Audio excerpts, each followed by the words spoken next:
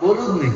હું આખો પ્રોગ્રામ ભૈરવ બાપુ પ્રોગ્રામમાં આખો પ્રોગ્રામ, કારણ કે તમે જે કોલેજમાં ભણતા ને ત્યાં હું આટો મારવા આવતો એટલે હા મને પસવાડેલું થોડું થોડું અંગ્રેજી સાંભળેલું છે, કારણ કે હું ભણવા ગયો તેથી ભીડ બહુ હતી બરોબર ખરેખર.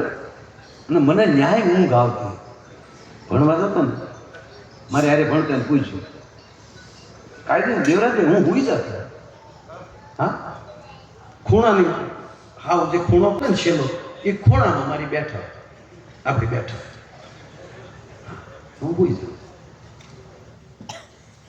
એટલે બીજા હોય ને કોઈ આખા ક્લાસમાં આખી નિશાળમાં કોઈ એવો નહોતો મારો કોઈ ખોટો વિરોધ કરે જ નહીં, રજા પડતી જ હોય પાછી.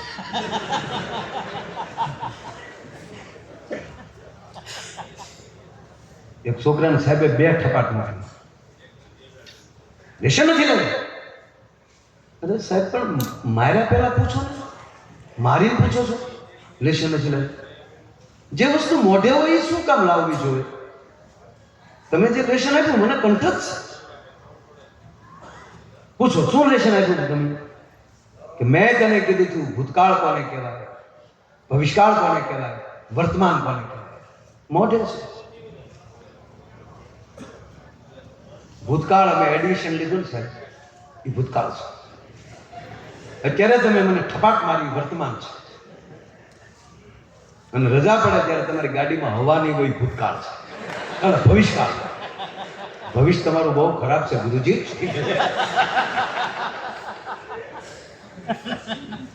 ખરેખર હોઈ જાય મારે ભણતા તમે પૂછ્યું તાજના સાક્ષી છે જ બધું. તે અમુક સાહેબને કે અમારા રાજગુરુભાઈ ગુણવંતભાઈ રાજગુરુ બહુ કડક શિક્ષક હતા. આવા શિક્ષકોની જરૂર છે. હવે નિવૃત્ત થઈ ગયા, અત્યારે તે ગૌરવ લે મારું.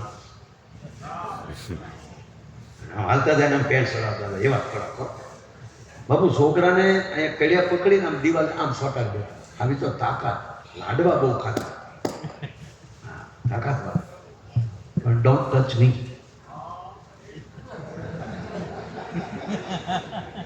મારું મને બહુ મારું રાખતા છે જાહેરમાં કરું અને અત્યારે સાંભળતા એ છે રાજી થાય. એ બીજા છોકરા એ કડક એટલે એનો ક્લાસ આવે હું હોઈ ગયો એટલે કે હું તો એટલે સાહેબ સામું કહેતા તારે ભણવું છે કે હા તો એને હોવા દે.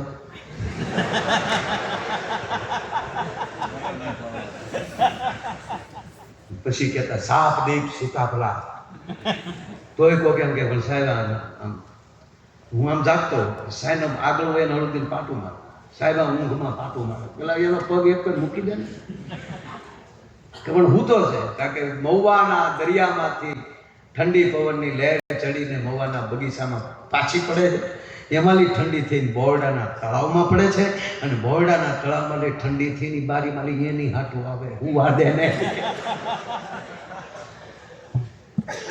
નરું સત્ય.